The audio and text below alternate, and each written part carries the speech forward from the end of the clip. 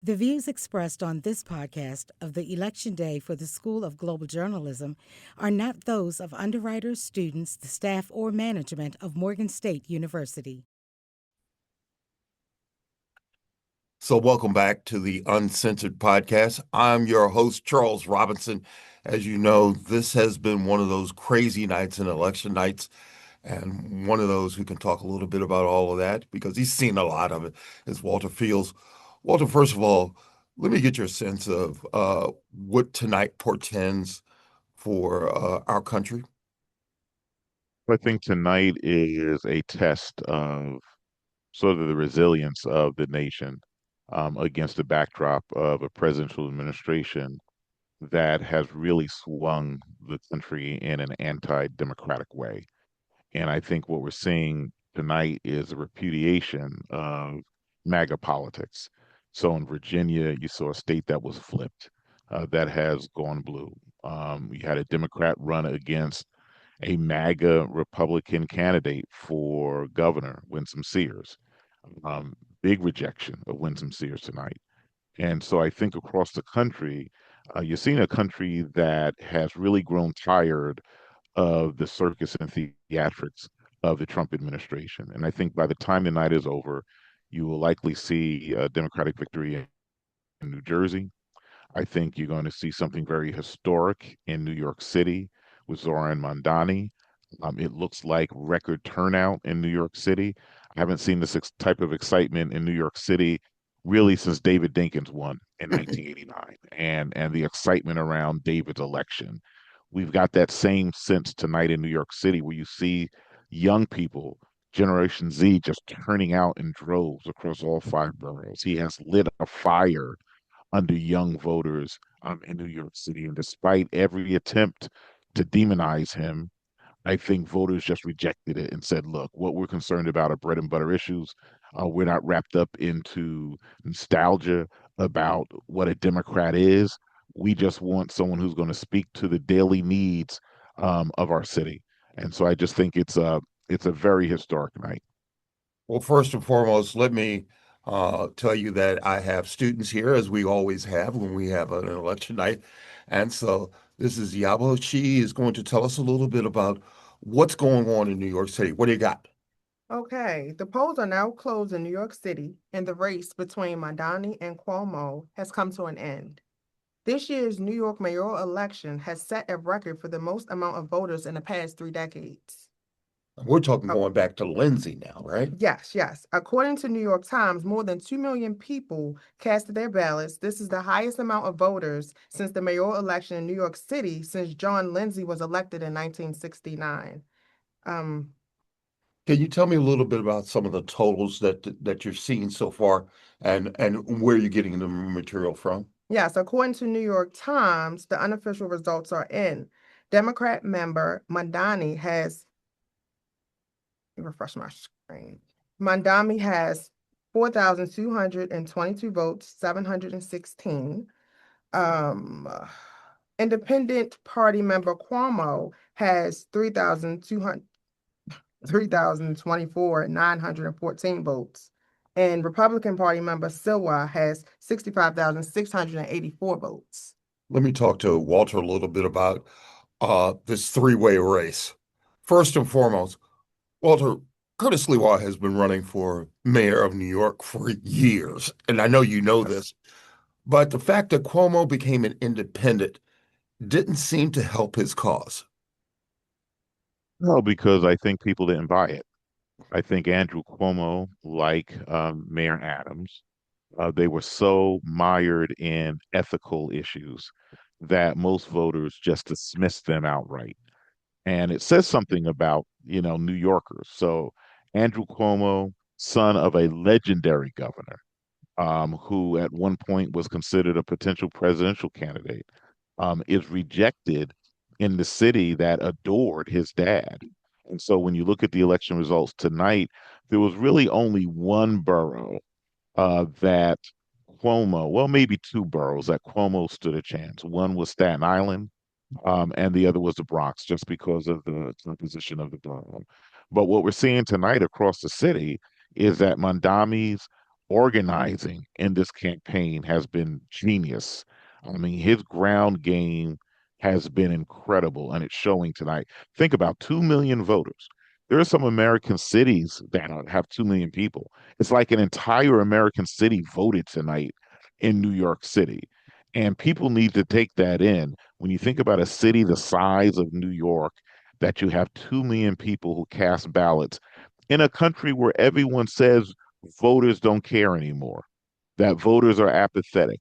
No, you have to give people a reason to vote and they turn out. And certainly in New York City, tonight, voters felt they had a reason to turn out. One of the things I think that you watched was the young people who voted for Mandani and the rejection of what I call standard politics. Oh, absolutely. This reminds me, and look, it's a historic day because this was the day in 2008 that Barack Obama was elected president.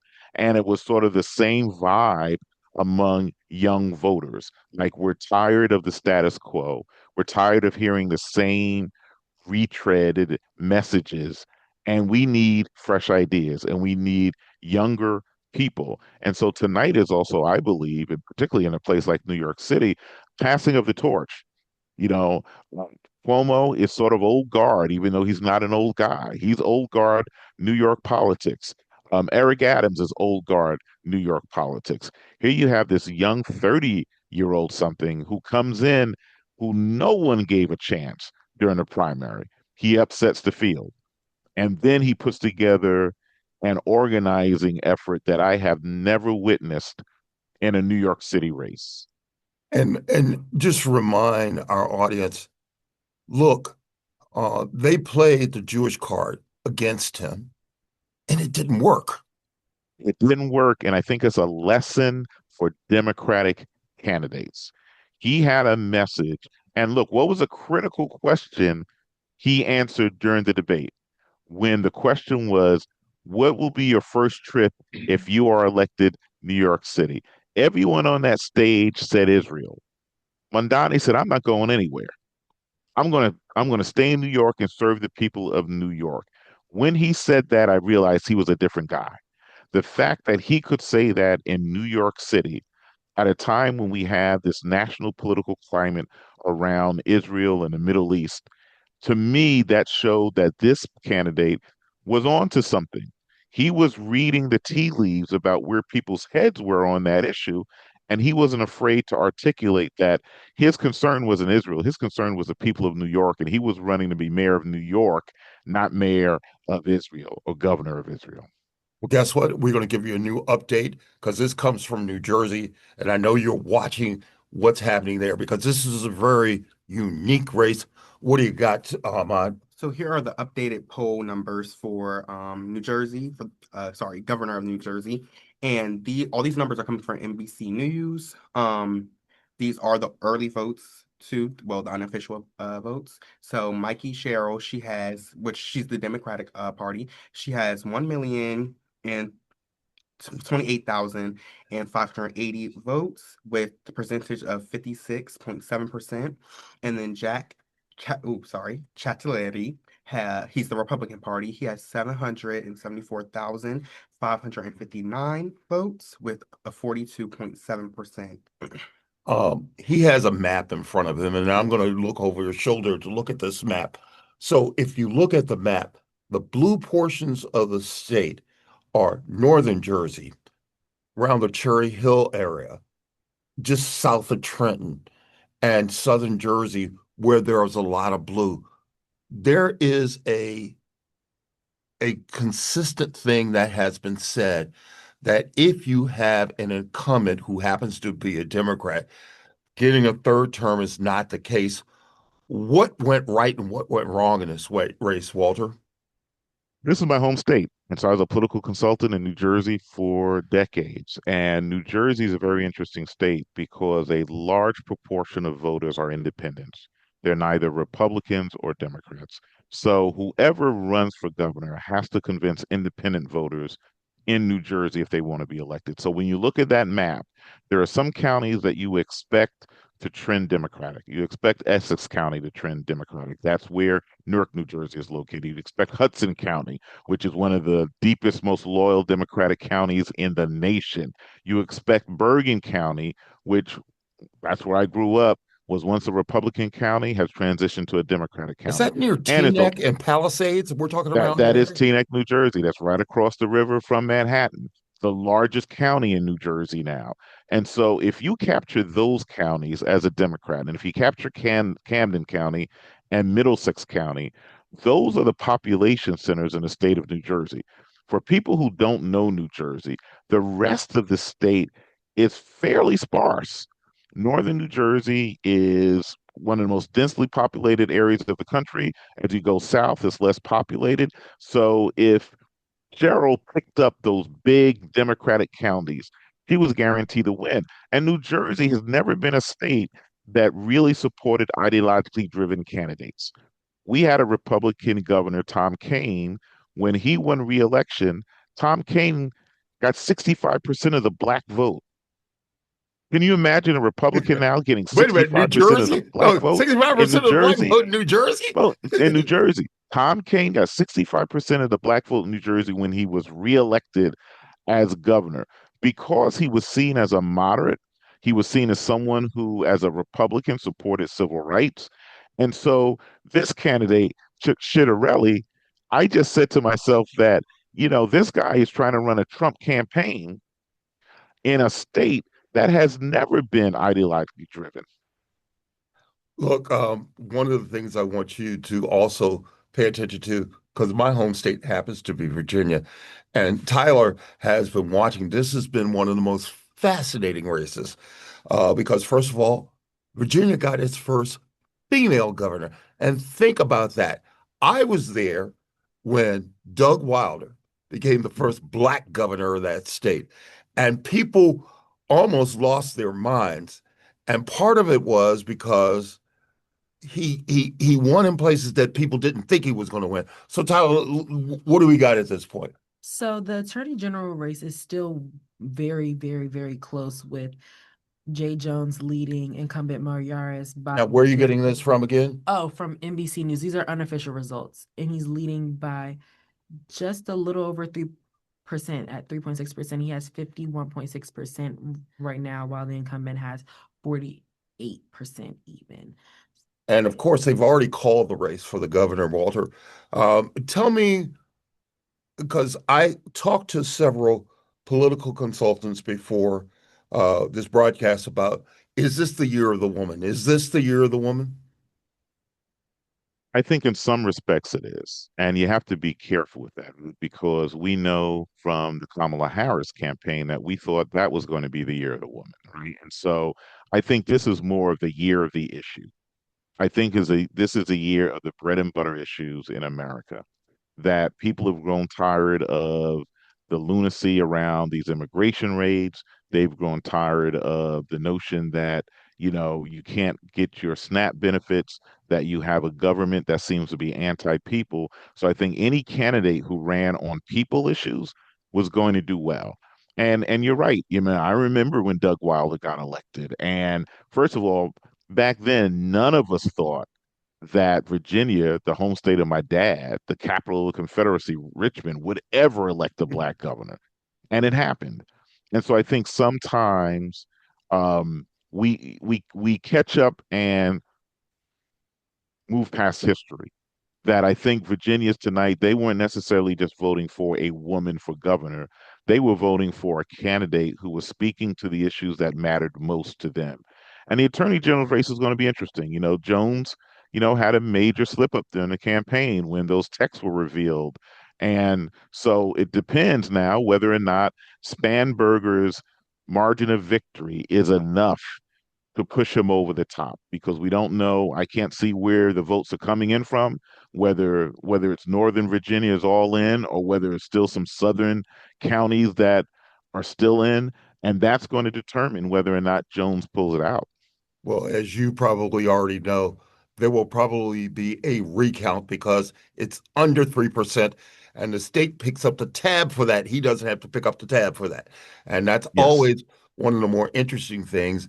And so one of the things we just learned just a few minutes ago, Tyler, you want to talk about some problems that were that you pointed out to me just a few minutes ago? Yeah, so three election sites in New Jersey in Patterson were forced to stay open an extra hour due to bomb threats. I know you're not Yes. surprised by that. Are you surprised by that? I'm not surprised. I mean, New Jersey also has a history of like election tomfoolery that always pops up on election day. So whether it's a bomb threat or machines not working, you know, Hudson County, New Jersey probably has, a history that is akin to Cook County, Illinois, in Dang, oh terms man, of that's pretty indicting. that's pretty bad. Well, don't forget, my home state is a state where many of our elected officials end up in federal prison. So, nothing surprises me when I hear something like that from New Jersey. But again, a testament to the voters, because apparently, even with these issues, there was still strong voter turnout in New Jersey. I think there was something in the air this election because we've seen what's happened in Washington, D.C. And I think what the president and his supporters never expected that they would reach a tipping point. And I don't know exactly what that tipping point was. It could have been the government shutdown, the fact that children, families, poor people weren't going to get their SNAP benefits. And It people could aren't be, getting checks. Come on, man. right, it Let's could cut be to the the federal chase. layoffs. It could be tearing down the east wing of the White House. But it also could be all of those things that people have now reached a breaking point to say enough is enough and understand that the only way you can fight back right now is that you have to be strong in your state. That we won't have, midterms until next year. We won't have another presidential election until 28. So how do we fight back? We fight back by making sure at the state level that we have elected officials that are going to stand up for us. And I think that's a lot of what's going on tonight. People need a defense. They need to feel like somebody is defending them. And I think of Virginia, it's Spanberger. I'm looking at CNN. They're projecting that Cheryl has been elected in New Jersey. So now you have two women governors on election night. And this is a blue wave that's happening across the country right now. Well, just wait till we see what happens out in California with Proposition 50. But Walter Fields, thank you so very much for your insights. And we really appreciate you being on the Uncensored podcast. Thank you so much, and get some rest. You know how these election nights go. It seems like they just go into the next morning. It's one day. Ladies and gentlemen, that's all we have here on the Uncensored podcast. I am your host, Charles Robinson. And for all of my students who contributed to this podcast, I want to thank them for coming in. They got some extra points on the final exam. That's one of the reasons why they came in. And last but not least, may you do what you have to do when it comes to politics. Because guess what? If you don't vote, no one cares, and no one cares what you say. Once again, I'm your host, Charles Robinson. Thank you.